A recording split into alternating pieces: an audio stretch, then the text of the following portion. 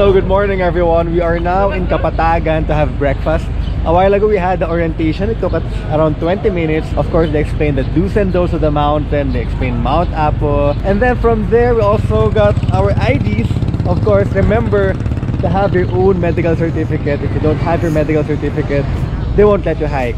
Also, second thing that I saw about the orientation was that wet wipes is not allowed. So if you bring one, they'll be confiscating it. So don't bring wet wipe, which is a good thing because a wet wipe is basically plastic na kunyaring tissue. We'll be having breakfast now, so tara akyat.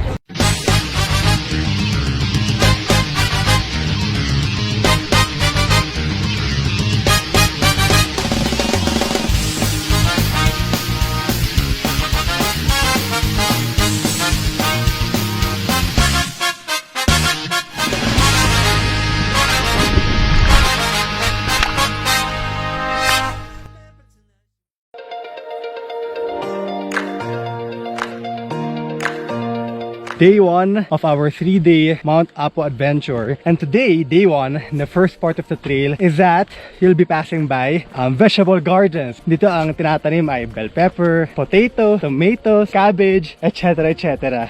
The weather is great right now. We are starting early. It's now 8:12 a.m. and it's very cool. The sun is not yet out. Napakakulimlim, humahangin.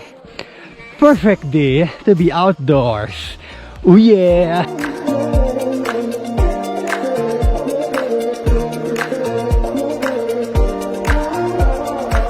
Camp Asokarap. May landmark sa bahay ni tatay. May garden pa rin and kalyalili. But then this is the landmark that tells you we are now entering, or you are now entering the forest. There you go.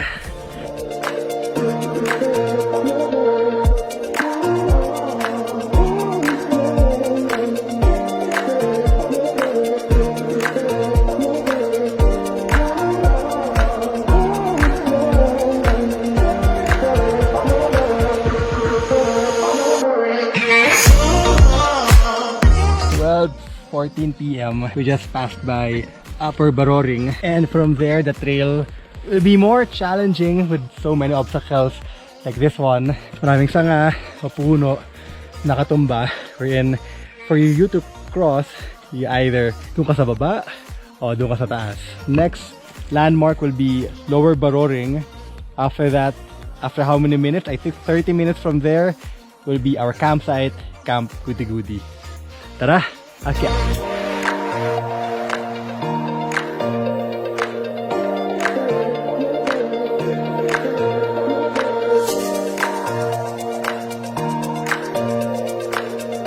Ang daming obstacle. Dito yung pamaglalakad ka, kailangan nag-iisip ka. Bawal ang diba? Bawal lumipad utak mo dito. Saan the whole time, focus ka sa trail. Kasi kung hindi, madadapa ka, mahulog ka, babangga ka, and you never know what can happen. So focus!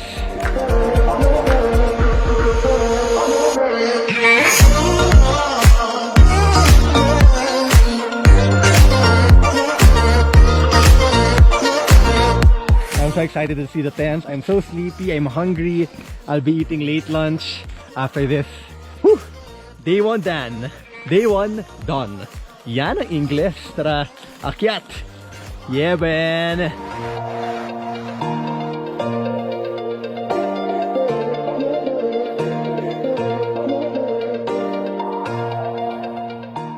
(3:05). We are now heading to the summit of Mount Apo. Tara, akyat! 5:36. So at our back, look at that view. We are now heading to the peak 1. Then after that, we go around the area.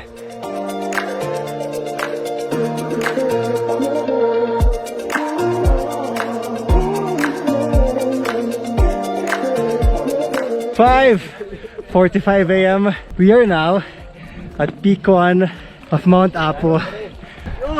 Whew. Ganda. That's the first spot. to do a time lapse.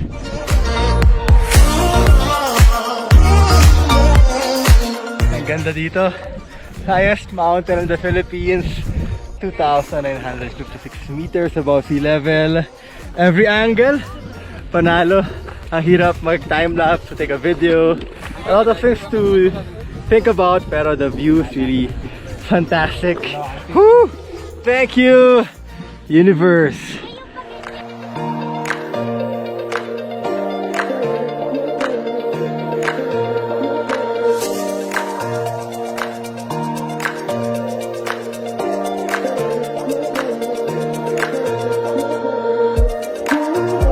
So just now, at the Kidapawan peak, ang dami ng kisigawan.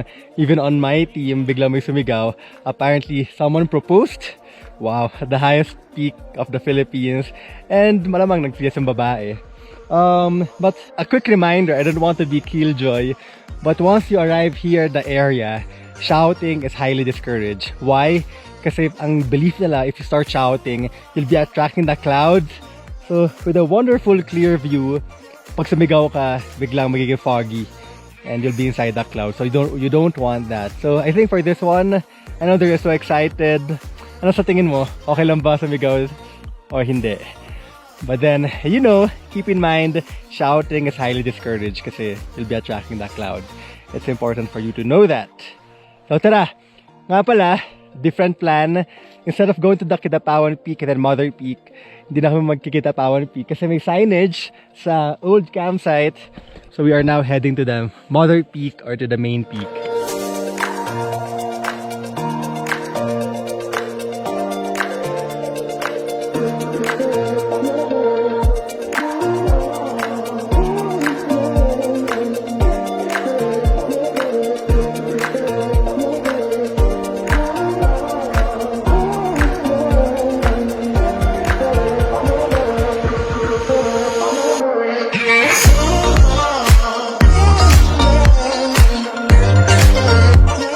Mother Peak, grabe yung panahon dito. Paminsan, mainit, biglang lalamig, iinit ulit, halbas ng araw, sobrang init, tatakpan ng clouds, the fog will come in, it will be very cold. Prepare for both cold and the hot weather.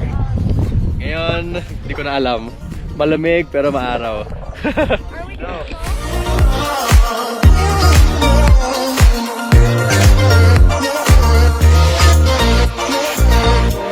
At my back, you can see the crater on the Kapatagan side. We are now headed to the boulders and then Camp Goody Goody soon. It's now 8:56, siguro mga 1-2 p.m. We'll be at the Camp Goody Goody already. Tara, akyat!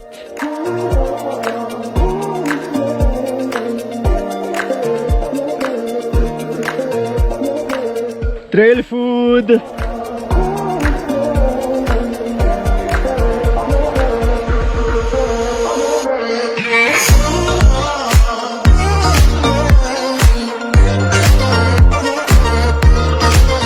Covering my nose now and mouth kasi yung sulfur, yung smoke na sulfur, it's getting stronger right now. Naamoy mo, mabaho siya, amoy bulok na itlog. At the same time, if you're exposed on it too much, it's not good for your lungs. So make sure to have cover for your mouth and nose.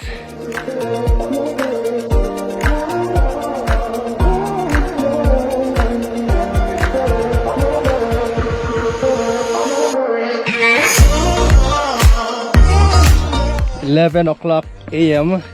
Pero if you look at the sky, it's too dark. Kala mo 4-5 p.m. na. Still descending. If you look closer, may mga trail signs. It's the orange ribbon. But you won't see it the whole time.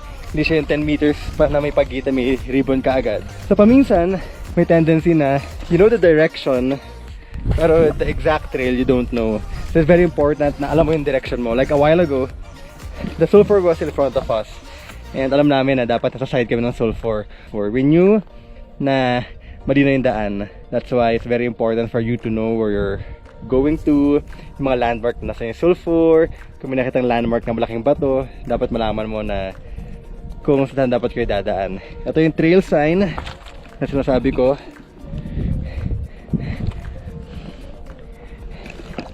Very helpful, but then it's not close to each other to the point na after one ribbon, makita mo na yung next. Like for this one, wala, foggy. So you should know saan kayo patungo o the direction you're going to. Tara, akyat!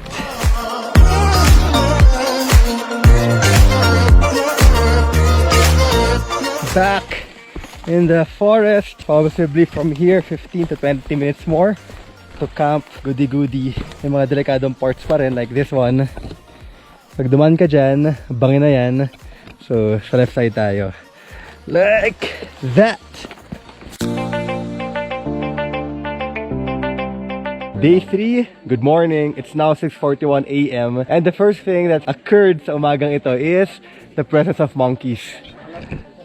On that tree, I think there are around 20 monkeys.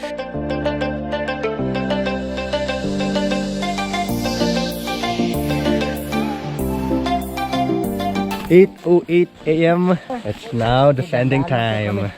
Oh, okay. Yeah.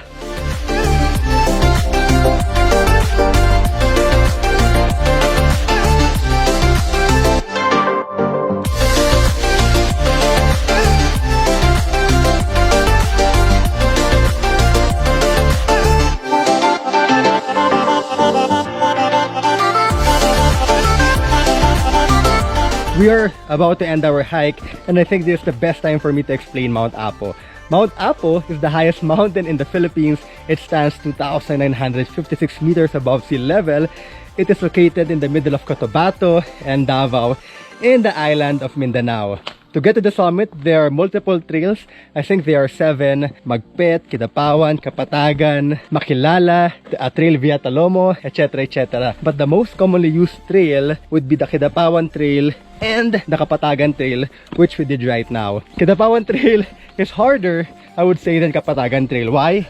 The trails are more steep. At the same time, I know a lot of people who've done Kapatagan trail as a day hike. I've done it 5 years ago. For Kidapawan, parang wala pa akong kilala na nakapag day hike nun. And if I imagine it, parang ang tagal yata na mahirap yon. Anyway, selling point. For Kidapawan trail, definitely you have the Marble River. You have the century-old tree that you can pass by. And then the Lake Venado. Lake Venado, you'll be spending 2 nights here. And then it's a flat, wild area. It's like 4 football fields na pinagsama-sama mo together.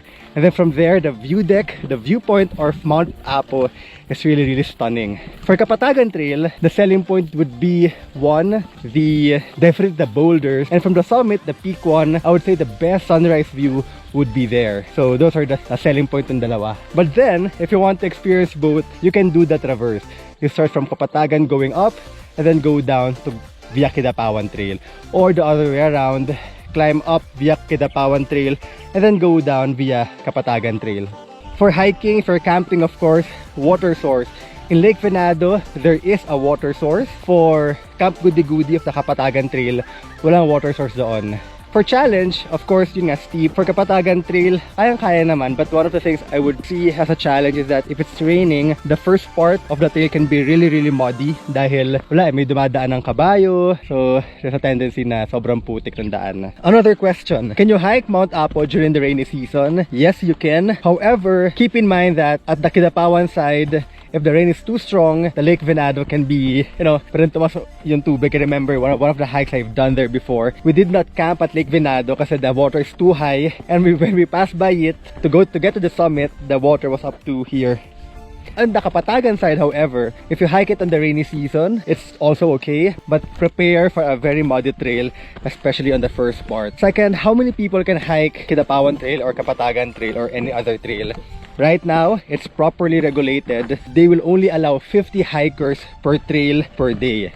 And then, of course, aside from the Kidapawan and Kapatagan Trail, one of the trails that is really also gaining attention is the Santa Cruz Trail. I haven't done Santa Cruz Trail, but what they said is that it's also possible to do it in one day. But for the Santa Cruz Trail, of course, you also pass by the boulders, just like the Kapatagan Trail. So I think for me, I'm a fan of the boulders. I rarely hike a mountain in the Philippines with boulders. I think the other mountains that have that kind of, element and a volcano feel would be Mount Mayon, but it's closed also.